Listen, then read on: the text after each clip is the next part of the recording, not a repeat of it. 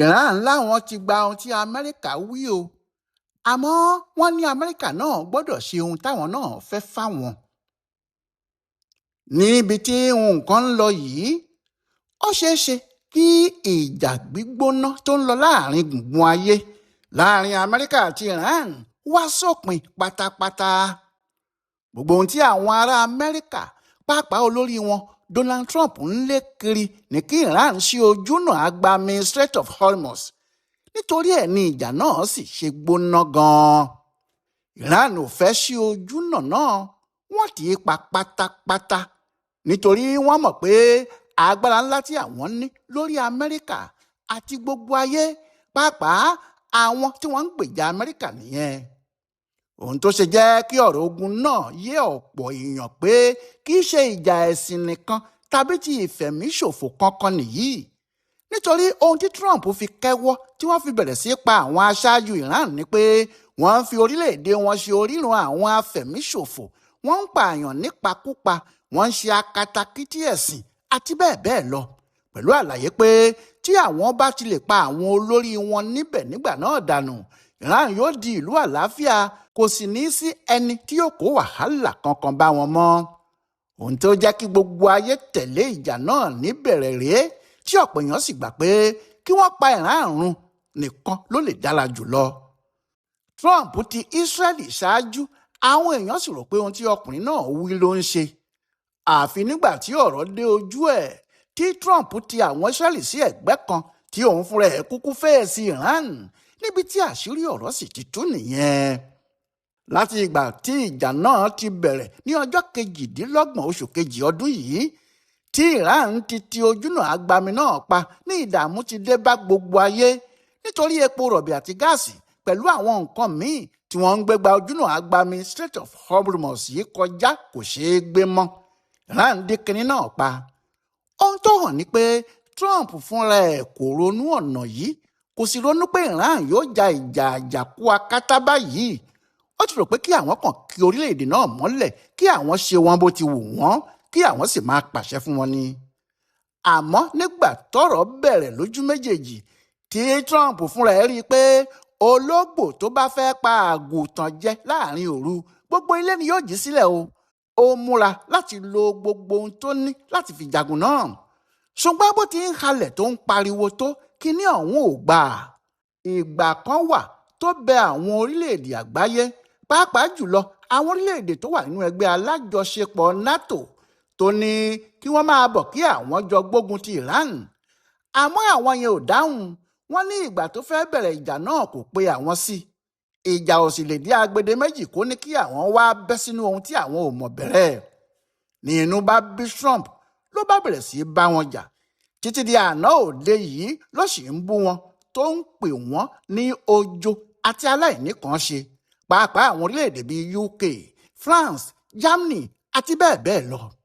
Lẹ́yìn tí Trump ti halẹ̀ tó dájọ́ títí pé ọjọ́ báyìí lòun yóò kọlù wọ́n ní Iran, òun yóò bà gbogbo plant wọn jẹ́, òun yóò pa orílẹ̀-èdè wọn run. Àmọ́ tí kò sí èyí tó ṣeé ṣe fún un níbẹ̀, tí Iran náà sì rán rí bí ọmọ aláǹda pé kàkà kí ilẹ̀ kú, ilẹ̀ yóò ṣá, tó bá kàn lógì àwọn yóò fọ́ ní kọ̀rọ̀. Àṣà kan ò gbọdọ̀ wọlé gbọ́mọ ewúrẹ́ lọ. Tí gbogbo ayé sì ń hó gùdùgùdù lórí ọ̀rọ̀ yìí, tí ọ̀rọ̀ sì fẹ́ di ìtìjú ńlá fún Amẹ́ríkà pàápàá, Trump wá dá ọgbọ́n tó le kan. Ohun tó ṣe ni pé òun náà ní ó dáa tí Iran ń bá dí Ojuna-Agbami HORMUZ, òun náà yóò kúkú dí gbogbo ọ̀nà tí àwọn ọkọ̀ yóò tọ̀ dé ojú agbami yìí. Ohun tó sì ṣe nìyẹn. Ó dàbí kí èèyàn fẹ́ dé ibùdókọ̀ ńlá kan tó wà níbàdàn láti Èkó, àmọ́ kí wọ́n ti dínà mọ́ láti Kárà tàbí Bágà, tàbí kí èèyàn máa bọ̀ láti Ọ̀ṣun tàbí ilẹ̀ Ìgbò kí wọ́n wá dínà mọ́ ní Ìkirè, àbí kí èèyàn máa bọ̀ láti ilẹ̀ Haúsá kí wọ́n ti dí ọ̀nà mọ́ ní Ògbómọ̀ṣọ́. Bẹ́ẹ̀ ni Trump ní kí àwọn ọmọ ogun ojú omi Amẹ́ríkà, tó sì lérí pé àwọn yẹn ló lágbára jù ní gbogbo ayé, ó ní kí wọ́n dí ọ̀nà náà pa, pé gbogbo ọkọ̀ tó bá ń lọ tàbí èyí tó ń bọ̀ láti Strait of HORMUZ kò sí èyí tí yóò lè jáde nínú wọn. Kì í ṣe pé ó dá tí ẹnìkan yà sọ́tọ̀ o, kódà kí náà mú gbogbo ọkọ̀ Amẹ́ríkà tàbí tàwọn ọ̀rẹ́ wọn tó bá fẹ́ gba ojú ọ̀nà náà kọjá. Amẹ́ríkà ní kò sí èyí tí yóò wọlé mọ́, kò sì sí èyí tí yóò jáde. Níbẹ̀ ni wàhálà náà sì ti le sí i. Wàhálà náà le sí i torí lẹ́ẹ̀kan náà ni owó epo rọ̀bì àti gáàsì lọ sókè lálá, tí kinní náà sì kárí ayé, tí kò sì sẹ́ni tó mọ ohun tí wọ́n lè ṣe sí i. Síbẹ̀ àwọn Iran láwọn ò bìkítà kan bó bá wu Amẹ́ríkà kí wọ́n dí gbogbo ayé pa. Ohun táwọn mọ̀ ni pé àwọn ò ní ṣí Strait of HORMUZ, kò sì sẹ́ni tó lè ní kí àwọn fi tipátipá sí i. Ṣùgbọ́n gbogbo bí wọ́n ti ń ṣe yìí làwọn orílẹ̀-èdè ayé kan wá ọ̀nà láti yanjú ọ̀rọ̀ náà. Pakistan ló sì ṣáájú wọn. Olórí Pakistan Shehbaz Sharif ló ti kọ́kọ́ pèpàdé àwọn aṣojú Amẹ́ríkà àti Tehran tó ní kí wọ́n wá pàdé ní olú ìlú orílẹ̀-èdè tòun, Islamabad. Amẹ́ríkà mú kinní náà ní pàtàkì púpọ̀ torí igbákejì ààrẹ orílẹ̀-èdè wọn J.D. Vance ló ṣáájú àwọn aṣojú tiwọn. Iran pàápàá kò mú kinní náà ní kékeré. Olórí ilé ìgbìmọ̀ aṣòfin àgbà wọn Muhammad Baga Ghalibaf ló ṣáájú. Níbi tí wọ́n ti ń sọ̀rọ̀ lọ́wọ́ ṣá o, tọ́rọ̀ náà sì ti fẹ́ yanjú, tí Iran ti ń sọ pé àwọn yóò ṣe apá kan ọ̀nà náà àti bẹ́ẹ̀ bẹ́ẹ̀ lọ. Bí Amẹ́ríkà ṣe tún ní àfi kí Iran fi ilé agbára wọn hàn gbogbo ayé, níbi tí wọ́n ti ń ṣe bọ́ǹbù, níbi tí wọ́n ti ń ṣe àdó olóró àti kẹ́míkà apanirun, pé ìjà náà ò ní tán tí wọn kò bá jẹ́ kí àwọn mọ ibi tí àwọn kinní wọ̀nyí wà. Ìyẹn làwọn Iran fi tún yarí tí wọn ò ṣí Strait of HORMUZ mọ́, tí Trump náà fi ní òun yóò ti gbogbo ọ̀nà tó já sí Ojuna-Agbami náà pa, tí kò sẹ́ni tí yóò wọlé tàbí jáde, tó sì ṣe bẹ́ẹ̀. Trump tún rí i pé kinní náà kò tún mú àwọn Iran lára tó bí òun ṣe rò, nítorí gbogbo bó ti ń ṣe yìí Iran fi gbígbọ́ ṣe aláìgbọ́ ni o, wọ́n fi rírí ṣe aláìrí. Wọ́n ní kinní náà ń rin Trump lọ́wọ́lọ́wọ́ ni, kò tí ì máa já a jẹ. Tó bá bẹ̀rẹ̀ sí í já a jẹ yóò wá nǹkan míì ṣe. Ní gbogbo ìgbà tó fi ní òun ò ní jẹ́ kí ọkọ̀ ojú omi tó ń gbé epo kankan kọjá sí Iran tàbí kó jáde láti ibẹ̀. Iran ò mọ kinní náà lára, bí wọ́n sì mọ̀ ọ́ lára wọn ò wí nǹkan kan. Àwọn ń bá tiwọn lọ bíi pé kò sí nǹkan kan tó ń ṣẹlẹ̀ ni. Wọn kò sì wo ibi tí Trump wà rárá. Ìyẹn ni Trump fi ṣe nǹkan míì lóòótọ́. Ó tún fòfin de epo rọ̀bì Iran àti gáàsì wọn. Ó ní orílẹ̀-èdè kankan kò gbọ́dọ̀ ra epo rọ̀bì lọ́wọ́ Iran tàbí kí wọ́n ra gáàsì wọn, pé orílẹ̀-èdè tó bá ń bá wọn dá òwò pọ̀ tó ń ra epo rọ̀bì yìí lọ́wọ́ wọn, ìyẹn crude oil, irú orílẹ̀-èdè bẹ́ẹ̀ yóò rí pípọ́n ojú Amẹ́ríkà o, torí àwọn yóò mú bí ọ̀tá ni. Nígbà tó bá jẹ́ àwọn náà kò rí ẹlòmíì bá ṣòwò pọ̀ ju ọ̀tá gbogbo ayé lọ, ìyẹn Iran. Kí lòun tún lè ṣe fún Iran yìí gan-an? Iran sì ti wá dàbí pé kò ṣeé pa, kò ṣeé kàn lóògùn, tó dàbí pé bọ́rọ́bọ́rọ́ ló ń yọ. Àmọ́ ní gbogbo ìgbà náà, olórí ilẹ̀ Pakistan fúnra ẹ̀ Sharif ti jáde.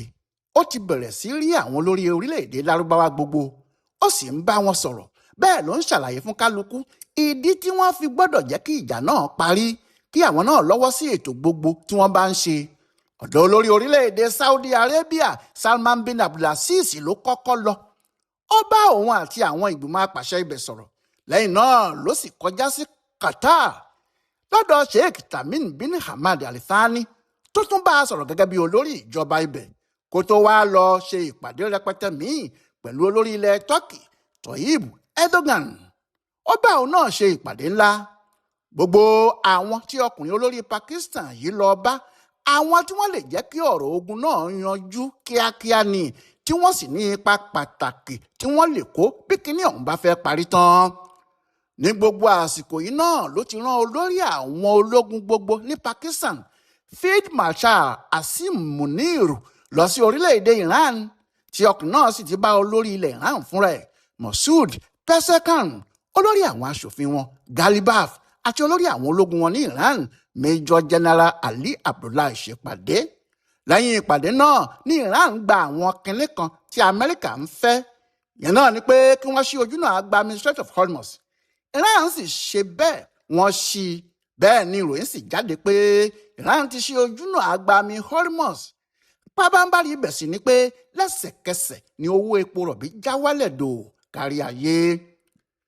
Inú Trump dùn débi pé òun ló kọ́kọ́ sáré gbé kinní náà jáde lẹ́yìn tí ọ̀rọ̀ náà ti wá láti Iran. Òun ló kọ ọ́ tó sì kéde pé wọ́n ti ṣí Ojuna-Agbami Strait of HORMUZ o, ẹ ṣeun gan-an ni. Orí ayélujára ló kọ síbẹ̀.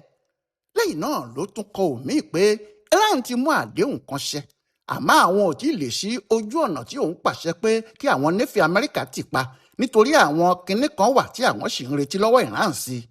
Nígbà náà ni olórí àwọn aṣòfin Iran tún jáde tó ní ṣíṣí tí àwọn ṣí Strait of HORMUZ fún àsìkò ìdádúró ogun tí àwọn jọ fọwọ́ sí níjọ́sí ni o. Ìyẹn sì kú bí ọjọ́ 5 báyìí kó pé tí ọjọ́ 5 bá pé, ìyẹn wẹ́sídẹ̀ẹ́ ọjọ́rú tó ń bọ̀ yìí, tí Amẹ́ríkà kò bá tí ì ṣí ojúnà tàwọn náà tí wọ́n ti pa, àwọn yóò padà tí Ojuna-Agbami Strait of HORMUZ yìí pa ni o. Ọ̀rọ̀ náà sì lè pẹ́ kó tó yanjú. Ó jọ pé níbi tí ọ̀rọ̀ wà yìí, ọwọ́ Amẹ́ríkà ló wà kí àwọn náà ṣí ojúnà tí wọ́n fi de Iran pa, kí wọ́n sì jẹ́ kí ọkọ̀ ojú omi máa wọlé sọ́dọ̀ àwọn náà kó sì máa jáde. Torí Iran ti ní bí wọn ò bá ṣe bẹ́ẹ̀, àwọn yóò padà tí Strait of HORMUZ pa ni. Ó dájú pé àwọn òǹlàjà tí wọ́n ń rìn kiri lórí ọ̀rọ̀ yìí láti ọjọ́ yìí, wọn ò ní jẹ́ kí irú ẹ̀ tún ṣẹlẹ̀ mọ́ ṣá. Wọn yóò rí i pé àwọn bá Amẹ́ríkà sọ̀rọ̀, àwọn bá Iran pàápàá sọ̀rọ̀ kí ohun gbogbo lè yanjú títí ọjọ́ 4. Àmọ́ ní báyìí o, Iran ti ṣe ohun tí Amẹ́ríkà ń fẹ́, àwọn náà sì ti ní kí Amẹ́ríkà ṣe tàwọn náà fáwọn. Ọláyíwọlá Alága ló ń yẹ ọ̀rọ̀ àárín orílẹ̀-èdè Amẹ́ríkà àti Iran wò, tó sì ń ṣe àkọsílẹ̀ fún bùdó àgbáyé fún àṣà àtìṣe Yorùbá World Center nínú ọgbà Yunifásitì Ìbàdàn. A kú ìsinmi òpin ọ̀sẹ̀ yìí o.